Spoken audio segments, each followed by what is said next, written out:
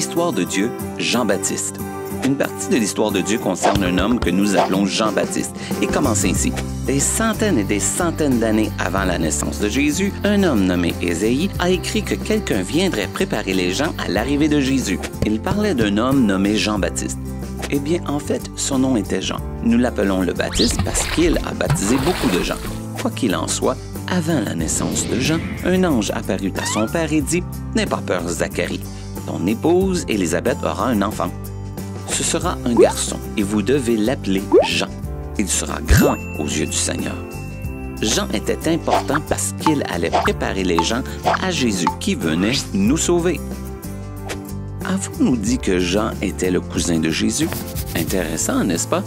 Eh bien, dès le début, Jean était un peu bizarre. Pour commencer, il a passé la première partie de sa vie dans le désert. Peut-être dormait-il sur le sol et utilisait-il des pierres comme oreiller. Peut-être se brossait-il les dents avec des bâtons. Peut-être a-t-il utilisé des feuilles comme papier de toilette. Nous ne le savons pas.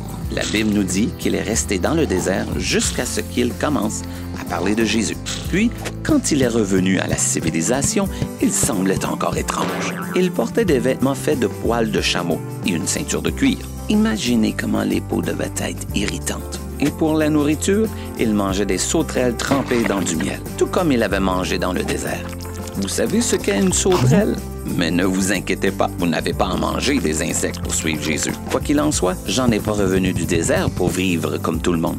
Il est revenu pour enseigner Jésus aux gens. Il a donc commencé à dire à tout le monde que Dieu les aimait tellement qu'il a envoyé son propre Fils pour les sauver.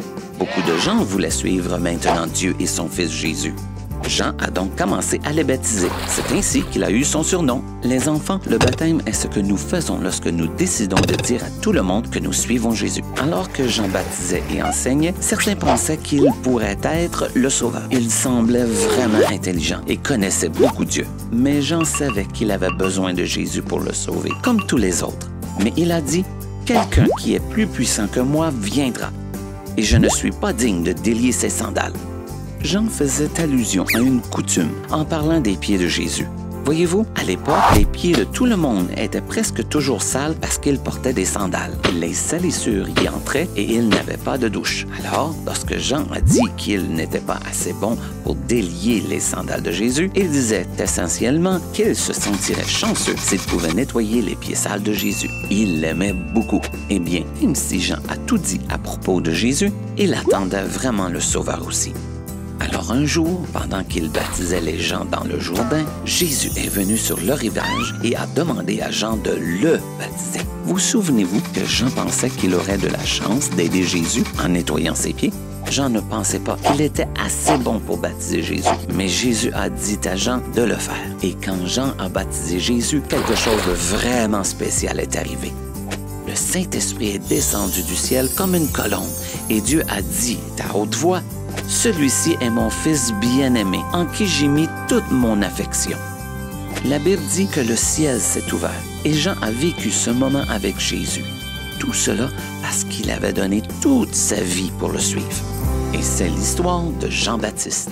Alors, au cas où vous l'auriez manqué, voici la version rapide. Jean était une partie importante de l'histoire de Dieu. C'était le cousin de Jésus. Il vivait dans le désert. Il a mangé des insectes. Il a dit aux gens que Jésus venait. Il a baptisé des gens qui voulaient suivre Dieu. Il a baptisé Jésus. Jean a suivi Jésus toute sa vie. Et c'est une partie de l'histoire de Dieu.